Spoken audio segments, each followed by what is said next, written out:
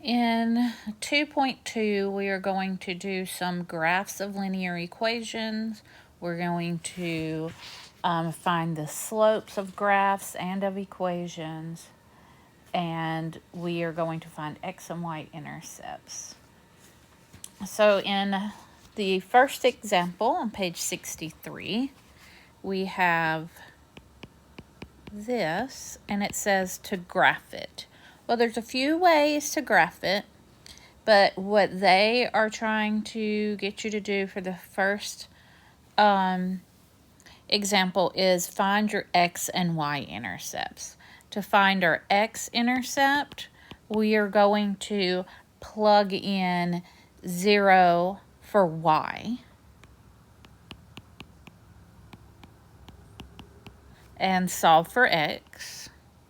So 3 times 0 is 0, so I'm done with that part. So, and now divide by 2 and you get x equals 3. So it would be 3, 0 is what my x-intercept, where the line crosses the x-axis, is 3, 0. And to find my y-intercept, I plug in 0 for x. So it's the opposite. Y-intercept, 0 for x. X-intercept, 0 for y.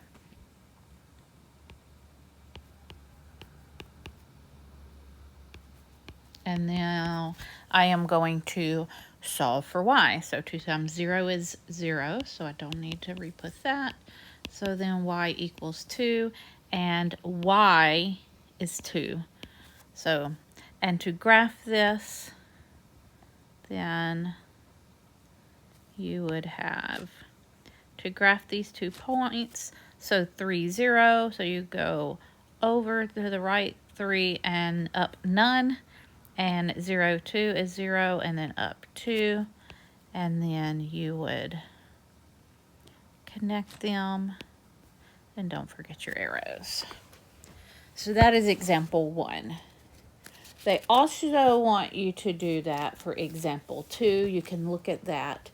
They just found the x and y intercepts, and they're telling you to check it for with a third point. You can do that if you want, but if you have 2 points make a line, and you're pretty confident in your x and y intercepts, you're good to go. When we find the slope of an equation, we call slope m, and it is lowercase m. Capital M means something else. And we do rise over run. So if you are trying to figure it out from a graph, like in example 3, you can look at that with me. I'm not going to put it up here. But rise over run, so it goes down and to the right. So that's going to be a negative. So it goes down 2 over 3. So it's negative 2/3. And the second one goes up to the right. So that's going to be a positive slope.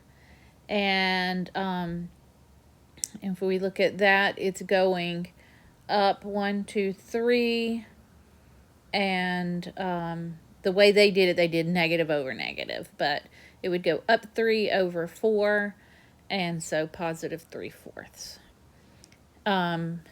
So in example 4, they give you these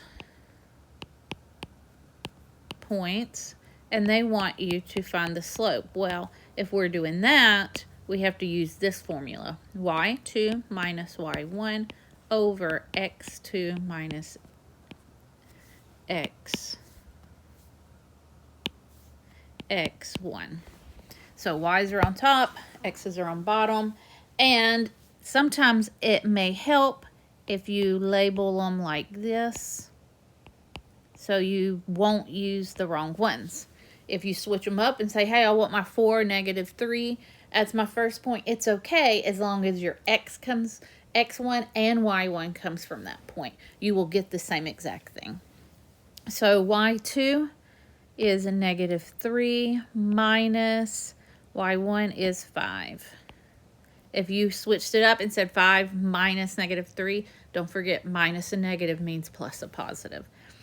And so then my x2 is 4, and then minus negative 8 is plus a positive. So 3 minus 5 is negative 8, and 4 plus 8 is 12. And when we reduce that, it becomes negative 2/3. We'll skip example 5 and move on to example 6. And in this one, they want you to write it in function notation, use its slope and y-intercept to graph. So we don't always have to find the x and y intercept. In fact, I think this way is easier. If you can solve the equation for y, you're good to go. So function notation just means, hey, solve it for y and then substitute f of x for y, because that means it's a function. So I'm going to solve this equation for y. That means I'm going to get everything not stuck to x on the other side, and because 3x is positive on this side, it's going to be negative on this side. Really, we want it to look like this, if we remember from Algebra 1. And so now we have to divide everything by 2. So that becomes y equals negative 3 over 2. X plus 8 divided by 2 is 4. And it wants it in function notation. So you just put that in for y. F of x means the function of x. And that is function notation. Now it says use its slope and y-intercept. So the slope is right hook to x. It's not going to be the same as it was here because we had to divide by that 2. So it is negative 3 over 2. And your y-intercept, that means where it crosses the y line, the y-axis, is 4, or better yet, 0, 4. Okay, so if I'm graphing this,